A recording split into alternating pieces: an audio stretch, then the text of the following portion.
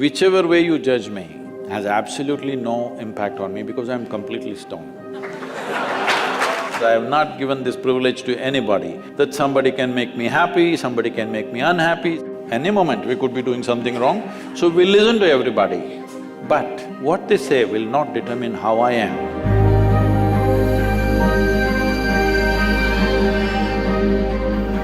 So Sadhguru, sometime back I happened to be in a situation where a friend of mine was drunk.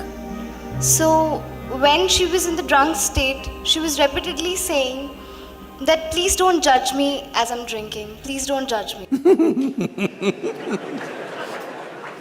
It is… but she has lost her judgment, but she doesn't want you.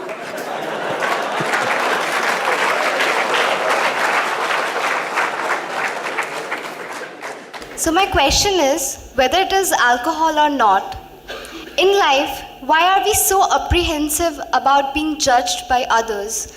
And how can we not let this come on our way of being happy?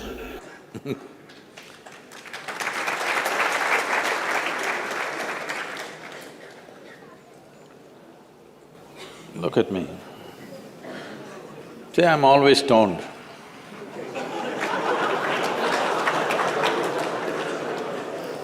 Never touched a substance, but always stoned. You can judge me whichever way you want.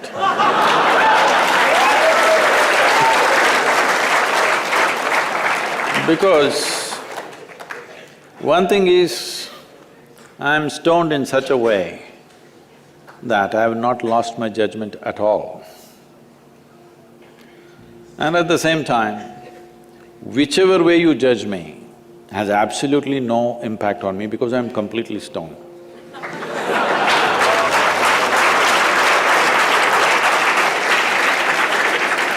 Having said that, why this consumption of alcohol and drugs is growing the way it's growing in the world is, this is because the heavens have been collapsing. Yes, I was in Bangalore just 3-4 weeks ago. There were over 8,000 people doing a 2-day program with me. And just casually I asked, how many of you think you will go to heaven? Only 5 hands went up. Then I asked, are you all the hell people? No, it's just that both heaven and hell have collapsed in people's minds. This is the first time in the history of humanity that this many people in the world can think for themselves. Otherwise, your priest, your mullah, your pandit or a book was thinking for you. The first time that so many people can think for themselves. Are they thinking right, thinking wrong? There are many issues about that. But they're thinking right, thinking wrong, but they're thinking. So all illogical things are naturally collapsing. Still, this generation has not fully walked away from it, still there is fear. They can't openly say, there's no goddamn hell or heaven. They're still fearful about it, but they're trying to make a little heaven for themselves here. So naturally, when they're not able to do it for themselves out of their own intelligence, they will fall back on chemicals. Today, just to take very affluent societies, because every society is aspiring to be like that, let's say you take United States, which is the most affluent nation on the planet right now. 70% of US population is on prescription medication. Another 30%, of course, buying it off the back streets.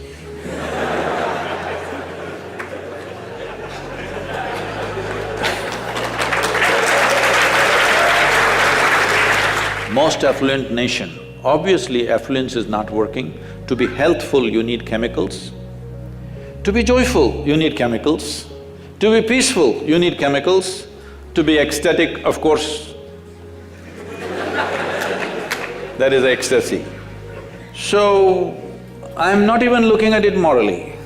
It's never a moral issue for me. If 90% of this population right now is on chemicals, believe me, the next generation that we produce will be a generation which is much less than us.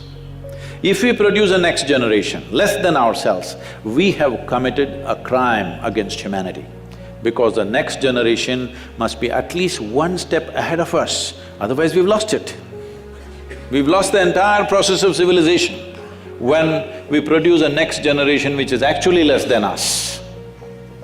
So, we are heading towards this rapidly unless we teach individual human beings how to simply sit here and be blissed out. Stoned enough or no? Just look at me. But am I conscious enough, alert enough, clear enough? If there was a way to intoxicate yourself without losing your judgment, without losing your awareness, without losing your intelligence, it's a great thing. Intoxication is a fantastic thing. Only problem is, it takes away your judgment, it takes away your intelligence, incapacitates you. That is the problem, isn't it? Is it true? Ask anybody, you're not in the medical sciences, but ask anybody, is it true that this body here is the greatest chemical factory in the universe right now? The universe that we know at least?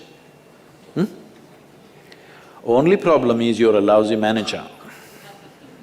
If you know how to manage this, you would be like me, always blissed out. Anybody can say what they want, anybody can do what they want.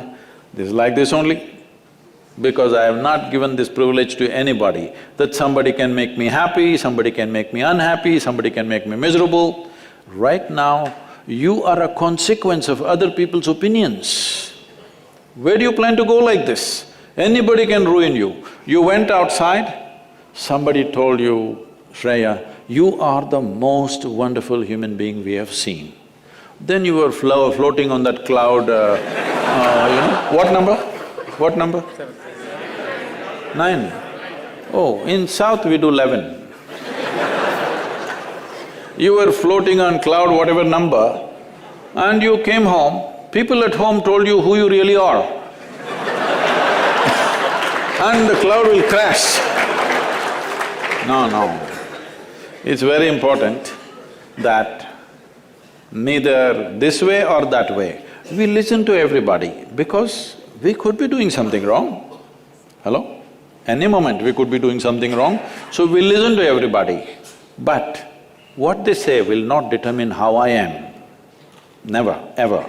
This you must fix and you must tell your friend when she's not drunk. Because otherwise she won't understand.